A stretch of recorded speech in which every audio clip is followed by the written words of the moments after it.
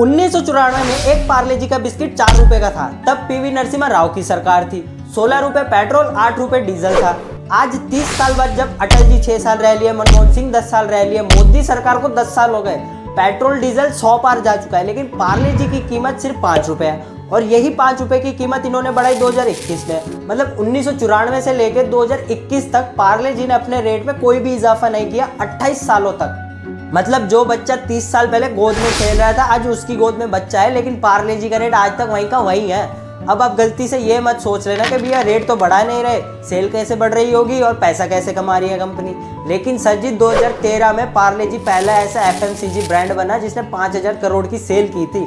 और आज का 2024 का जो फिगर है, 18,000 करोड़ से भी सेल पार कर चुका है पार्ले जी। और ये सब किया बिना पार्ले जी का रेट बढ़ाए। और ये कोई स्टार्टअप वाला काम नहीं है जहाँ पे पैसा बाहर से आ रहा है या कंपनी घाटे में जा रही है। कंपनी प्रॉफिट कमाकर जेब में भरकर घर ले जा रही है। 2011 की नीलसन की रिपोर्ट ने कहा कि ये पूरी दुनिया का सबसे ज्यादा बिकने वाला बिस्किट ब्रांड है। और ये कितने बिस्किट पैकेट बेचते हैं, आपको एक छोटा सा एग्जाम्पल देता हूँ। हर महीने 100 करोड़ पैकेट बनाते हैं, यानी कि एक दिन में 3 करोड़ 40 लाख पैकेट, 13 लाख पैकेट एक घंटे में और 23,000 पैकेट हर एक मिनट में।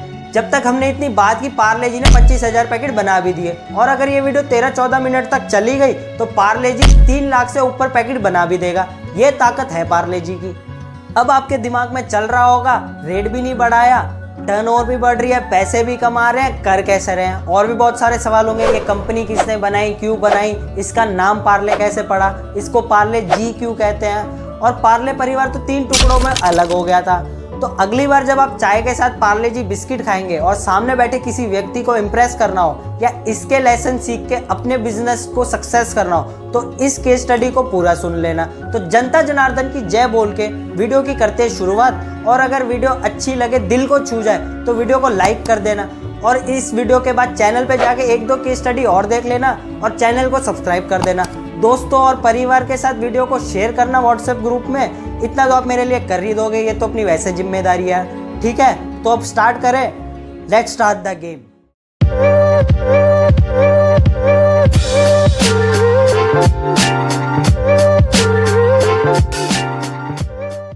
तो सबसे पहले शुरू करते हैं पार्ले ग्रुप की हिस्ट्री से, किसने कब और कहां शुरू किया। तो पार्ले ग्रुप शुरू हुआ 1929 में, जब मोहनलाल दयाल चौहान के परिवार ने इसे शुरू किया। 1929 में इन्होंने अपना पहला प्रोडक्ट बनाया जो था ऑरेंज कैंडी। 10 सालों तक इन्होंने कन्फेक्शनरी रिलेटेड ही आइटम बनाते रहे, जैसे कैंडी वगैरह। 1939 में इन्होंने पहली बार बिस्किट बनाया जिसका नाम इन्होंने दिया पार्ले ग्लूको बिस्किट। और उस टाइम शुरुआत में फैक्ट्री में सिर्फ कुछ 12 लोग ही थे, ज्यादातर लोग घर परिवार के थे, जैसे भाई बच्चे दोस्तों ने मिलकर काम शुरू कर दिया। आज के टाइम में 50,000 से ज्यादा एम्प्लॉय हैं। तो 1939 से 1947 तक इन्होंने सिर्फ ब्रिटिश आर्मी के लिए बिस्किट बनाए, आम आदमी के लिए एक्सेस ही नहीं था। 1947 में जब ब्रिटिश चले गए, देश आजाद हुआ, तब इन्होंने सोचा भैया अभी फ्री है, कुछ भी कर सकते हैं। लेकिन उस टाइम पे भारत एक गरीब देश था और बिस्किट को एक अमीर आदमी का प्रोडक्ट माना जाता था। जो इम्पोर्टेड आता था, स्वदेशी कोई ब्रांड ही नहीं। स्वदेशी आंदोलन से बहुत ज्यादा प्रेरित थे कि भैया आप कुछ स्वदेशी बनाएंगे, अब कुछ स्वदेशी बनाएंगे। इन्होंने सोचा विदेशी बिस्किट के सामने देसी बिस्किट खड़ा करूंगा। तो इनका देसी बिस्किट तो पहले से बना हुआ था, आम आदमी के लिए ओपन किया। अब एक आम आदमी जो सोचता हो कि बड़े लोग भाई बिस्किट खाते हैं, बड़े लोग बिस्किट खाते हैं, उनके हाथ अचानक लग जाए तो भैया सेल तो रॉकेट बन जाएगी एकदम। अब आप सोच रहे होंगे इसका नाम पार्ले क्यों रखा। तो नाम ऐसे रखा कि इनकी जो पहली फैक्ट्री थी वो थी मुंबई के विले पार्ले में। अब आसपास के जो लोग थे, जब फैक्ट्री लगी तो सब लोग कहते थे अरे यार वो पार्ले वालों के बिस्किट खाए क्या, अरे वो है ना पार्ले में फैक्ट्री उसके। तो इन्होंने सोचा यार ज्यादा लोग इसी नाम से जानते हैं, क्यों ना कंपनी का नाम ही पार्ले रख लेते हैं। तो कंपनी का नाम था पार्ले और बिस्किट का नाम था ग्लूको। अब इंडिया में एक चीज मालूम है आपको, अगर किसी ने कुछ अच्छा कर दिया तो सारे भेड़ चाल शुरू कर देते हैं, सब कॉपी करने लग जाते हैं। कुछ ऐसा ही हुआ, उस टाइम तूफान ही आ गया मार्केट में समझो। सबसे पहले ब्रिटानिया ने लॉन्च किया ग्लूको बिस्किट, ऊपर से गब्बर सिंह को एडवर्टाइजमेंट में ले लिया, वो भी फेमस हो गया। एक और कंपनी है एम्प्रो करके, वो भी ग्लूकोज बिस्किट बना रही है। अब ये लोग कहते हैं भाई आविष्कार हमारा, चीज हमारी, सबसे पहले बनाया हमने और नाम इस्तेमाल करके बेच ये लोग रहे हैं। तो कुछ तो सोचना पड़ेगा। तो इन्होंने 1985 में कुछ ऐसा किया, अपने प्रोडक्ट का नाम बदल के पार्ले जी कर दिया। ग्लूकोज हटा दो यार। अब बात करते हैं पार्ले ग्रुप की कंपनियों की। बहुत लोग कहते हैं बिस्लेरी वाटर पार्ले का है, कई लोग कहते हैं बेली वाटर पार्ले का है, कई लोग कहते हैं फ्रूटी पार्ले का है। रुक जाओ भाई, ये सब है तो पार्ले का, लेकिन अलग अलग। मोहनलाल जी जो थे उनके थे 5 बेटे। अब 5 बेटे अगर होंगे तो आपको मालूम है ये इंडिया है, यहाँ पे बंटवारे भी होंगे। तो ये कंपनी आगे जाके 3 टुकड़ों में बट गई। कैसे?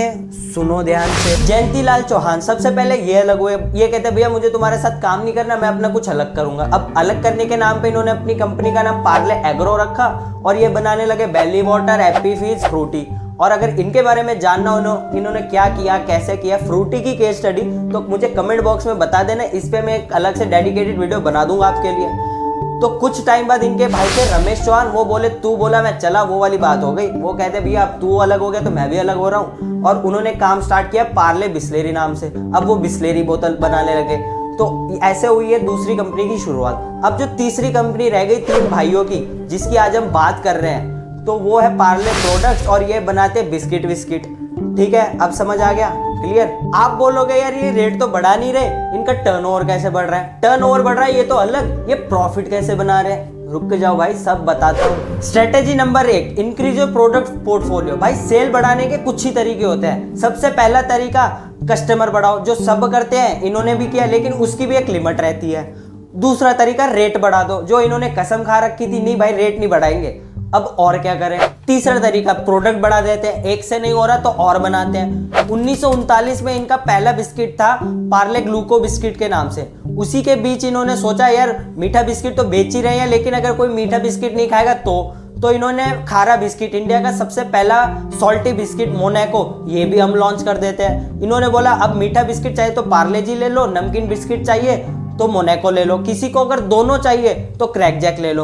अब कोई बोलता है भाई मुझे काजू वाले बिस्किट खाने हैं, मार्केट में काजू वाले बिस्किट आ गए, इन्होंने बोला रुक जाओ भाई 2020 ले आते हैं। उसके बाद ये सोचते हैं यार ये तो हो गए छोटे मोटे सस्ते वस्ते बिस्किट, अब अगर कोई वीआईपी बंदा खाना चाहे प्रीमियम क्वालिटी में तो उसके लिए हाइड एंड सीक ले आते हैं। वैसे भी अब मार्केट में ट्रेंड चल रहा है बिस्किट के बीच चॉकलेट भरने का, हाइड एंड सीक प्लेटिना ले आते हैं। अब ये कहते हैं कैटेगरी में एक और डाल दो, मैजिक्स।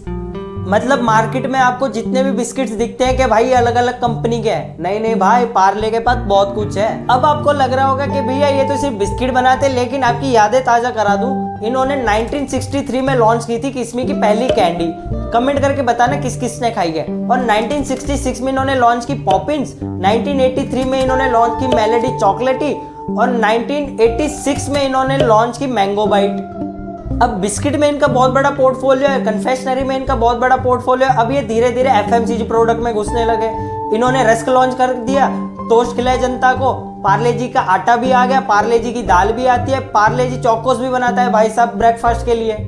तो ये सब करके 2013 में पार्ले जी इकलौता ऐसा ब्रांड बना जिसने 5000 करोड़ की टर्नओवर क्रॉस की। और इनका जो मेन प्रोडक्ट है पार्ले जी, ये एक ड्राइवर प्रोडक्ट है, ये इनको मार्जिन नहीं देता, ये बस इनको ड्राइविंग देता है। ड्राइवर प्रोडक्ट क्या होता है? पार्ले जी के प्रोडक्ट्स 50 लाख से ज्यादा दुकानों में जाते हैं। कैसे जाते हैं? अब दूर दराज सुनसान एरिया में भी कोई छोटी सी दुकान होगी, वहां पार्ले जी जरूर मिल जाएगा आपको। अब पार्ले अगर कोई नया प्रोडक्ट बना रही है, लॉन्च कर रही है, एग्जाम्पल 2020, अगर कोई नई कंपनी बनाएगी, लॉन्च करेगी, तो वो वहां पहुंचा नहीं पाएगी, कोई लेगा कोई नहीं लेगा। अब कोई दुकानदार उनका रोज इंतजार करता है कि भैया पार्ले जी आ गया क्या, पार्ले जी आ गया क्या, तो पार्ले उनको एक 2020 देती है कि भैया ये पार्ले जी के साथ ये रखो।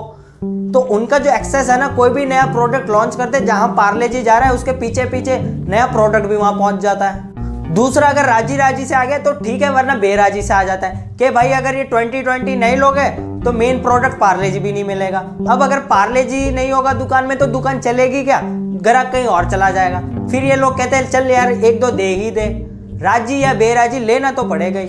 सेकंड तरीका, साइलेंट प्राइस इंक्रीजिंग। अब ये क्या है? सुनो ध्यान से। कौन बेवकूफ कहता है पार्ले जी ने रेट नहीं बढ़ाया?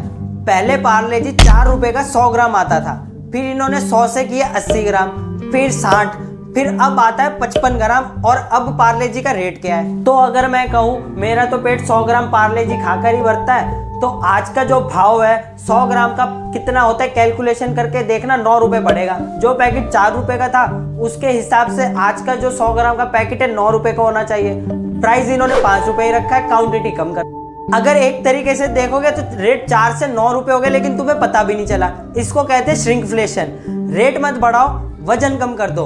और श्रिंकफ्लेशन क्या होता है, कैसे होता है, कंपनियां कैसे करती है, इसके ऊपर मैं एक अलग से वीडियो बनाऊंगा। श्रिंकफ्लेशन सिर्फ वजन का नहीं होता। पार्ले जी ने एक और श्रिंकफ्लेशन किया था पैकेजिंग में। पहले पार्ले जी की पैकेजिंग आती थी वैक्स पेपर में, अब पार्ले जी की पैकिंग आती है सस्ती प्लास्टिक पन्नी में। और अगर बड़े से बड़ा पैकेट भी ले लोगे आप तो ऊपर एक पन्नी आएगी, अंदर हाथ डालोगे कोई कवर भी नहीं रहेगा। डिजाइन आज तक चेंज नहीं किया, 25 साल पुराना पैकेट आज भी चला रहे हैं। उसी बच्ची की फोटो लगी हुई है, उस बच्ची के अभी पोते हो गए होंगे, लेकिन उस बच्चे की फोटो आज भी पैकेट में लगी हुई है।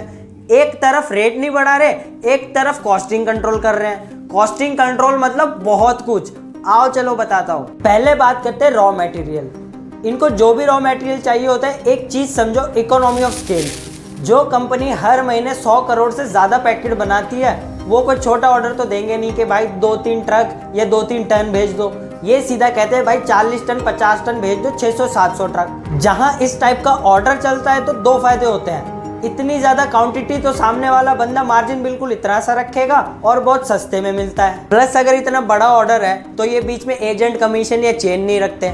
अगर आपको ज़्यादा क्वांटिटी लेनी है, आप दुकानदार से लोगे तो वो आगे से कहीं से लेके आ रहे हैं, वो उसके आगे से लेके आ रहे हैं, तो इसमें उन लोगों का बीच में मार्जिन रहता है। ये सीधा प्रोड्यूसर के पास लेने जाता है, बीच की चेन खत्म, पहले से ज़्यादा सस्ता और ऊपर से इतनी ज़्यादा क्वांटिटी, बिल्कुल निचोड़ी लेते हैं। और जो भी प्रोडक्ट कमोडिटी है, जैसा आप बना रहे हो पूरी दुनिया वैसा बना रही है, 2 रुपये भी चढ़ा नहीं सकते। अगर आपका ब्रांड है, आपकी इच्छा से आप रेट रख सकते हो और दुनिया आप फिर भी लेगी, तो आपको इतनी मेहनत मशक्कत करने की ज़रूरत ही नहीं। लेकिन जब आपको ऐसा लगे भाई 2 रुपये भी चढ़ा नहीं सकते, मर जाएंगे, तब आपको सारा मार्जिन खरीदते टाइम ही वसूल करना पड़ेगा।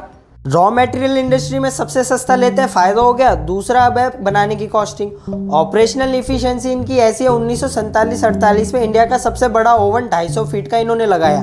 टेक्नोलॉजी में इतना आगे हैं। अभी करंट में IBM के साथ में काम स्टार्ट किया, SAP इम्प्लीमेंटेड कर चुके हैं। उससे इनको ऑपरेशनल इफिशिएंसी लॉजिस्टिक में 1 by 1 पॉइंट का डेटा पता है, प्रोडक्शन में, मशीन में, सब में पता है। इनका वेस्टेज 115 टन माल बनाने पर 1 टन वेस्ट होता है, मतलब टोटल वेस्टेज 0.8 के लगभग है। सर जी, खाने पीने की चीज में 1% से कम का वेस्टेज, इमेजिन करो।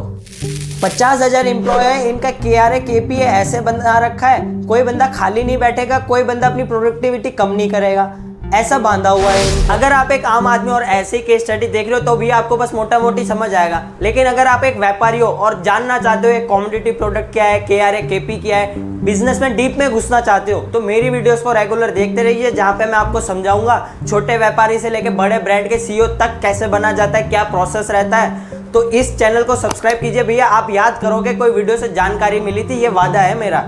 अब भाई चीज सस्ती बन गई, पैकिंग में पैसे बच गए, रॉ मटेरियल सस्ता आ गया, प्रोडक्शन में एफिशिएंसी आ गई, टेक्नोलॉजी इंप्लीमेंट कर दी, अब क्या? अब डिस्ट्रीब्यूट करो। भाई पार्ले जी के प्रोडक्ट 50 लाख से ज्यादा दुकानों पर अवेलेबल है। गांव गांव, गली गली, हाईवे पर जहाँ कुछ नहीं मिलेगा वहां पार्ले जी मिलेगा आपको। ऐसा भी होता है कि अच्छा कि यार मेरे को तो छोटा पैकेट चाहिए था, मेरे को तो बड़ा पैकेट चाहिए था। पार्ले जी ने बोला सुनो बेटा, 2 रुपए का चाहिए मैं देता हूँ, 5 रुपए का चाहिए मैं देता हूँ, 10 का, 20 का, 25 का, 50 का, तेरे को जितना बड़ा पैकेट चाहिए मैं देगा तेरे को। लेकिन यार इतनी दूर एक एक गांव तक पहुंचाते कैसे? यहाँ इनकी आती है लोकेशन स्ट्रेटेजी। अब जो भी मेन मार्केट है उससे 50-60 किलोमीटर दूर अपनी फैक्ट्री डाल देते हैं। अब फैक्ट्री से 50-60 किलोमीटर दूर मेन मार्केट है, तो इनका मूवमेंट चलता रहता है, ना ज्यादा टाइम लगता है ना ज्यादा पैसा लगता है, माल का मूवमेंट होता रहता है, स्टॉक इकट्ठा नहीं होता। जो भी बिजनेसमैन है वो समझ जाएंगे, वर्किंग कैपिटल ज्यादा इकट्ठी नहीं होती, रोटेशन चलती रहती है और तब बिजनेस तेजी से भागता है। और जहां ऐसा लगता है पूरा इंडिया कवर नहीं होगा, लिमिटेड फैक्ट्री है, पूरा इंडिया कवर कैसे करेंगे, वहां ये करते हैं कॉन्ट्रैक्ट मैन्युफैक्चरिंग। किसी एक बढ़िया कंपनी से डील करी, उसको बोला प्रोडक्ट हम दे रहे हैं, बनाना कैसे हम बता रहे हैं, मशीन तेरे को हम बता रहे हैं, तू बस बना के दे और तेरी मजदूरी ले ले। ऐसे पूरा मार्केट पकड़ रखा है, किसी भी गली कोने में पहुंचाना हो पार्ले जी पहुंच जाएगा सस्ते में। आपको बिजनेस का कंक्लूजन बताता हूँ, बात ये पार्ले जी की है लेकिन हर बिजनेस में अप्लाई होती है। ध्यान से सुनना, इसमें कुछ पॉइंट ऐसे जो सब बिजनेस को सफल बनाता है। पहला, कॉस्ट को कंट्रोल करो, रॉ मटेरियल बल्क में खरीदो, डायरेक्ट वेंडर से खरीदो, पैसे बचाओ। दूसरा, इफिशिएंसी बढ़ाओ अपने प्रोडक्शन की या अपने प्रोसेसेस की, कम से कम आदमी ज़्यादा काम करे, टेक्नोलॉजी को ज़्यादा काम में लो। जब तुमने ऐसा प्रोडक्ट बना दिया जो लो कॉस्ट में है, फिर भाई उसको देश के कोने कोने में पहुंचाओ, ज़्यादा से ज़्यादा डिस्ट्रीब्यूट करो। उसके लिए भाई मार्केटिंग का सहारा ले लो, और अगर तुम्हारी मार्केटिंग सॉलिड है, डिस्ट्रीब्यूशन सॉलिड है, तो प्रोडक्ट सब जगह पहुंच जाएगा और कॉस्टिंग अपनी कंट्रोल में, तुम्हारा प्रॉफिट बच जाएगा। कोई सा भी बिजनेस हो, बस इतना गेम है, कोई सी भी इंडस्ट्री, कोई सा भी प्रोडक्ट, गेम बस इतना है, और इसको समझते समझते आदमी परेशान हो जाता है। लेकिन आप परेशानी मत लो, आपका भाई बैठा हुआ है, चैनल को सब्सक्राइब कर दो और बिजनेस रिलेटेड ऐसे ही नॉलेज मिलती रहेगी, जहाँ पे आपको कमेंट बॉक्स में बताना जरूर ये वीडियो कैसी लगी। तो ठीक है, अगली वीडियो में मिलते हैं। धन्यवाद, जय हिंद।